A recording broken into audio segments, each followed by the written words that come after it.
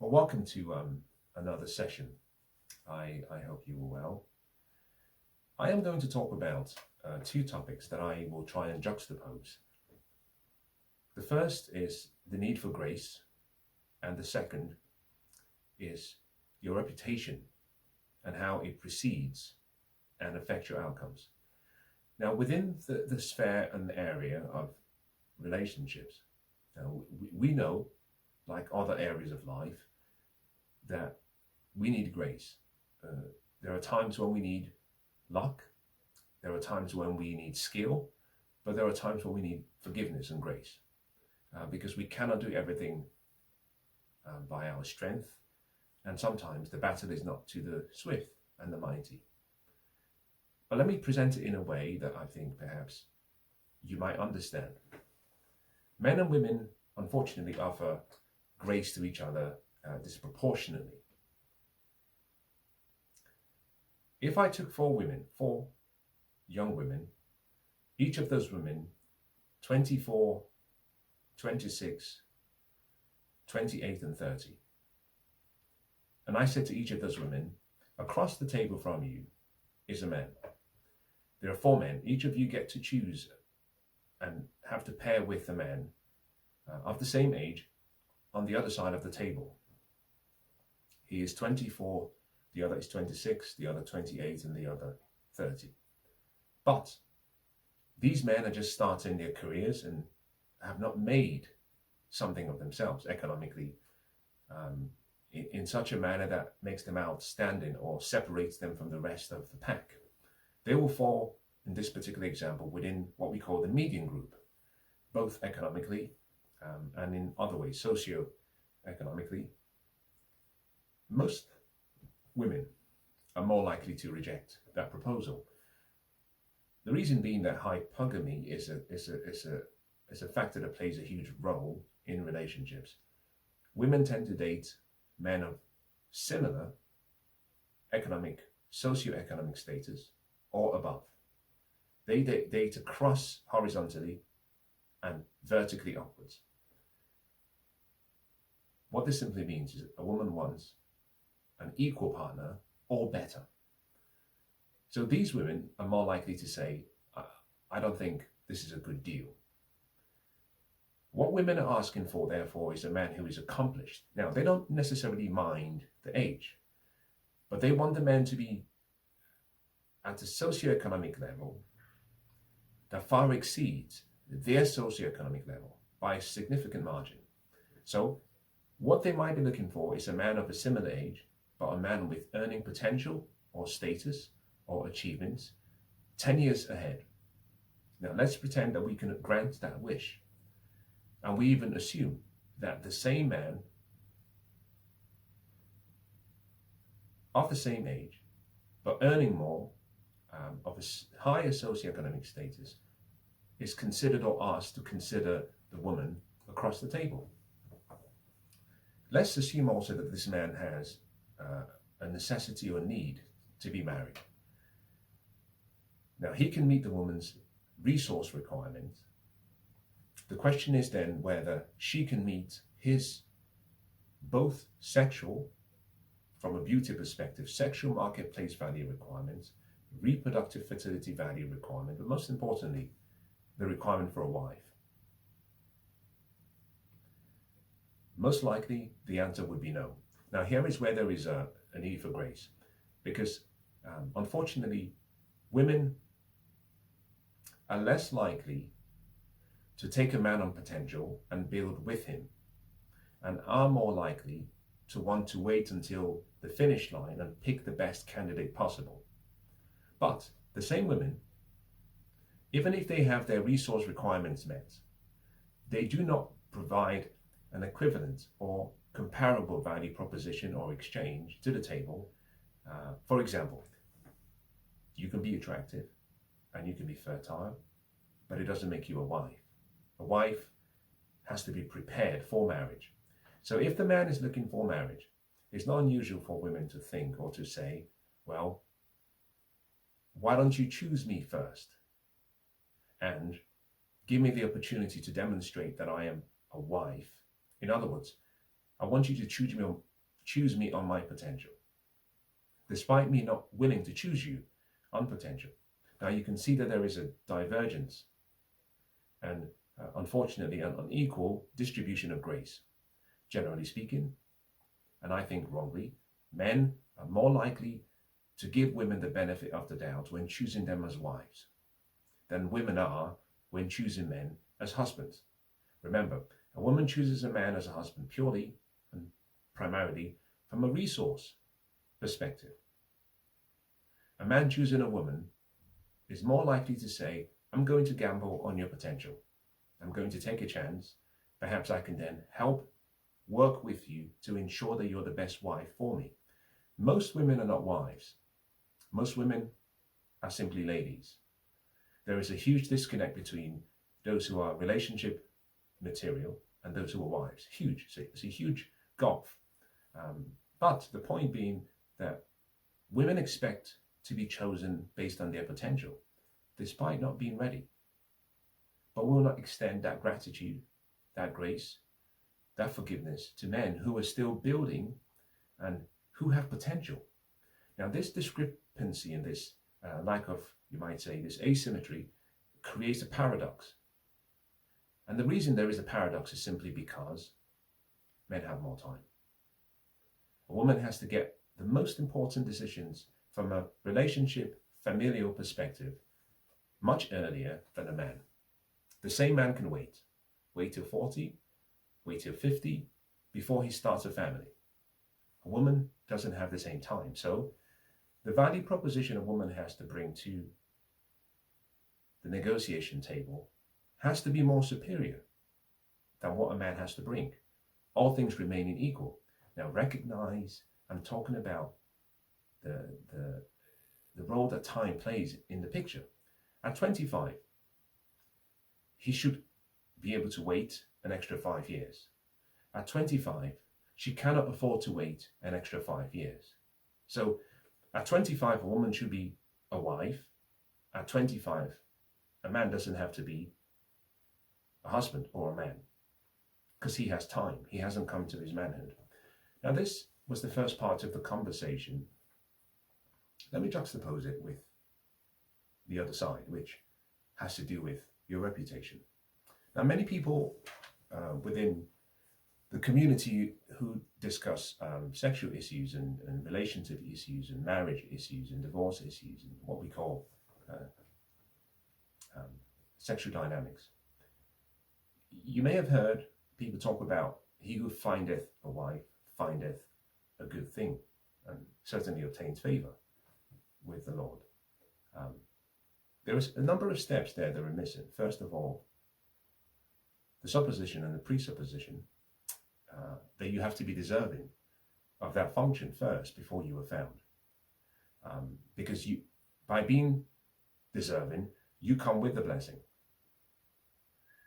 But there is a more important part of the story that is almost never discussed.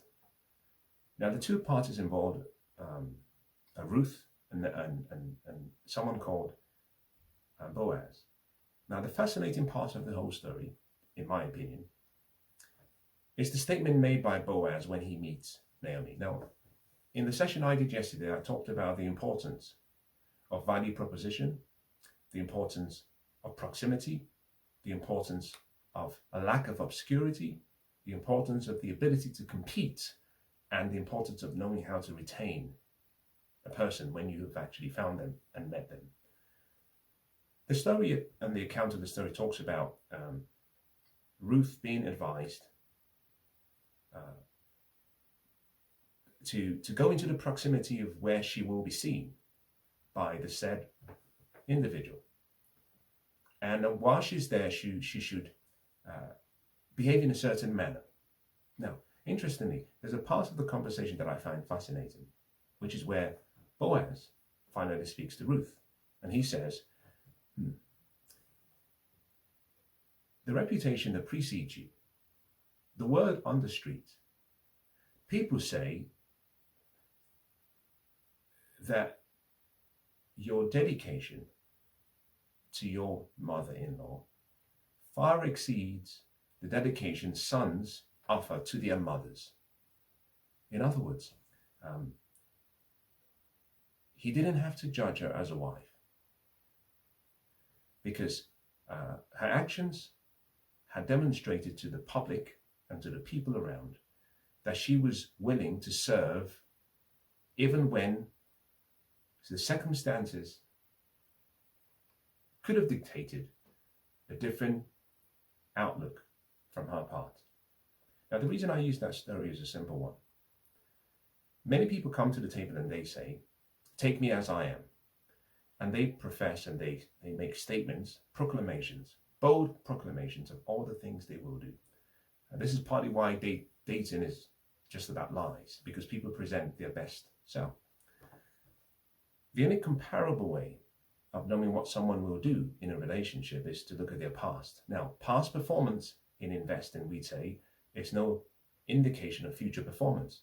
But that is a caveat. The caveat is simply to manage expectations.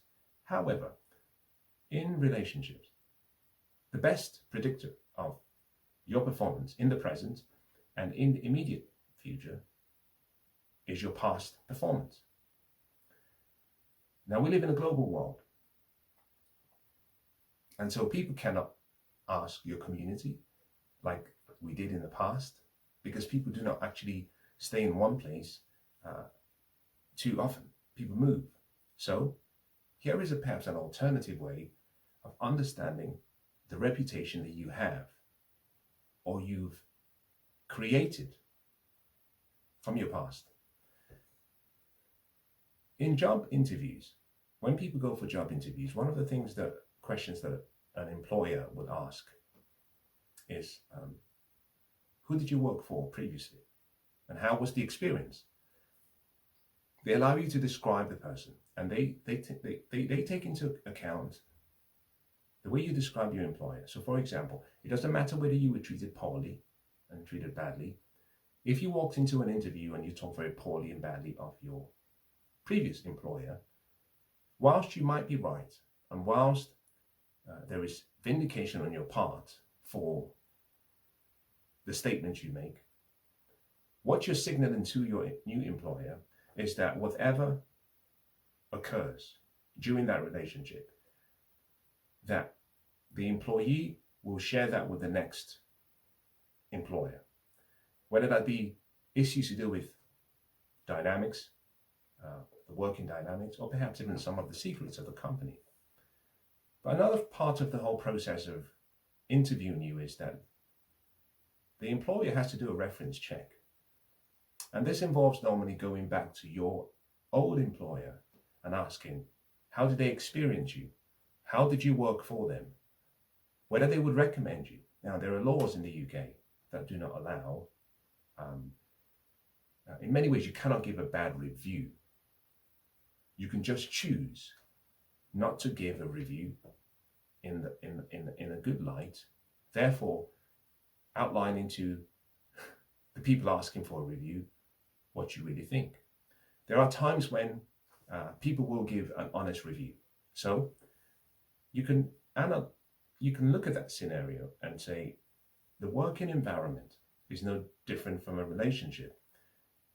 If you meet someone you are interviewing for a role within the work environment, but also in a relationship setting, when you start dating someone, you are also interviewing for a role. He might be interviewing for boyfriend and you girlfriend, or he might be interviewing for wife, husband, and you wife. The question is always, and here is a good one for ladies to understand, if we were looking to date and it was possible for me to have access to the 2 or 3 people that you had dated previously, and if I could call them and if I could ask them what it was like to be with you, how would they describe the relationship they had with you? Would it be a raving review? Would it be an appalling review? Or would it be indifferent? Now, obviously, when people break up, sometimes some people are scorned. But if we assumed that they would speak honestly, how would they describe you? Now, here is a good example. I know from my experiences that there are relationships that I have been in that were very flawed. And I know my reviews, were you to ask the ladies, could be very poor.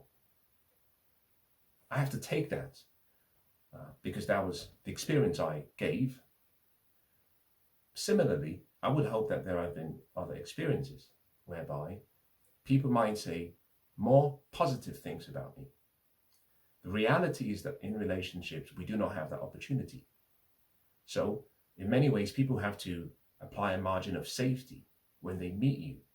They can't ask your previous employer or your previous boyfriend what it was like to be with you, but they have to take the risk that you are being honest, but they have to apply what we call a windage factor, meaning they don't take into account all of your statements as completely factual, and rightly so.